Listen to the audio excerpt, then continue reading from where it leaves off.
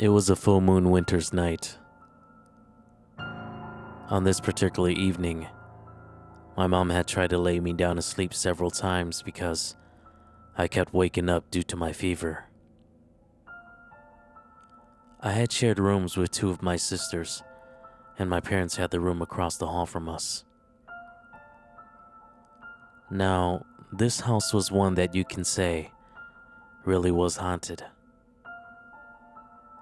From the first night to our last night there, none of my family members had a good night of silent sleep. This house was located on Pepper Street in Wisconsin Rapids, Wisconsin. And the house that we lived in looked exactly like the one right next to us, from the same layouts to the same blueprint. They essentially looked like twin houses. However, we lived in the house on the right side. Moving along with my story, I woke up with the chills again, and this time I decided not to call out for my mom to come check up on my fever. During this time of the year, we had our Christmas tree up already, and every night my mom would leave the tree lights on. And before I can process that I really should stay in bed, I was out in our living room staring at the tree with this wonderful feeling inside me, knowing that I would be getting a nice present from Santa this year. As you can tell in my excitement, I was still a young child at this time. After staring at the tree for a couple of minutes, I decided to go sit on a couch and face towards the tree. If you can picture this, to the right of me was our big windows facing the front of the house. To the left of me was the entrance to our kitchen, and in our kitchen was a big window facing directly to the back of the house. Now, to enter our basement, you would have to enter the kitchen. This is where all the noise always comes from, the kitchen and the basement. As I was gazing at the tree, I suddenly felt a coolness settling in. It just so happened that my winter jacket was right next to where I was sitting on the couch. I took my jacket and I placed it over me as I continued looking at the tree. Then I started to hear noises coming from the kitchen. The noises sounded like light footsteps of someone walking. It was at this moment when I knew that I should have stayed in bed. I looked to my left, and there it was, the shadow of a person, someone, peeping from the entrance of our kitchen. But all I could see was a head tilted at an angle. I looked away and shut my eyes as hard as I could, hoping that this was just another nightmare that I usually had. I looked toward the kitchen again. This time, there was a silhouette of a person. I can see the moon casting an outline of this person. I saw every single strand of hair outlined by the moonlight that was shining in.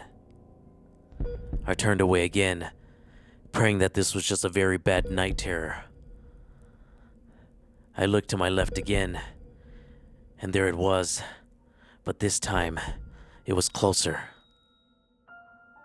I looked away, this time shutting my eyes tighter and longer. Then, I peeked out at the kitchen, and there it is, reaching out to me. It was getting closer and closer to me. I felt the chills, every single sweat that came down my face at this point. But I somehow managed to pick up the courage and ran to my parents' room. As scared as I was, and as helpless as I knew my parents would be, I just knew that my parents were always the light in making all this go away somehow. I ran and hid behind their bedroom door, as I usually do when I try to hide from these spirits. I then finally hear my father's voice call out, "Who are you? Why are you here?" "Có do lanh tư. Dạ có họ nhon the no." My mom said, "Wait, that sounds like our daughter Ploa. Ploa, is that you?" "Why? Dạ dòng lưu từ mi Ploa nè. Mi Ploa, bố yo có." Shaken and afraid, I responded, "Is it following me? Do you guys see it by the door?"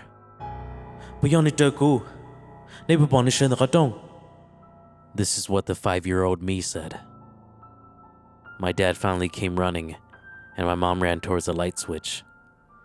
They both had me in their arms, comforting me as I explained the situation. My father did a full search of the house and found nothing.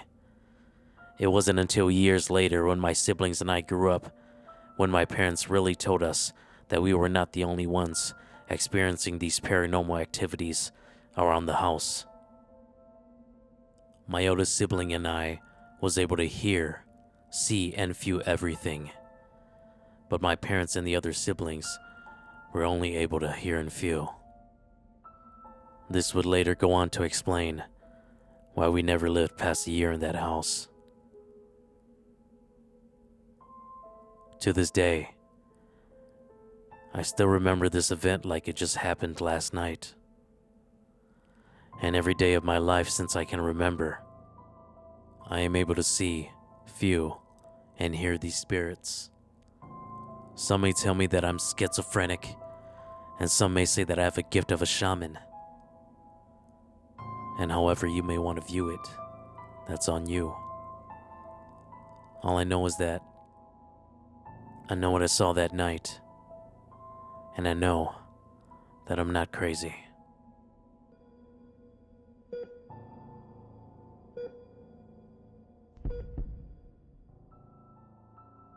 Hello everyone.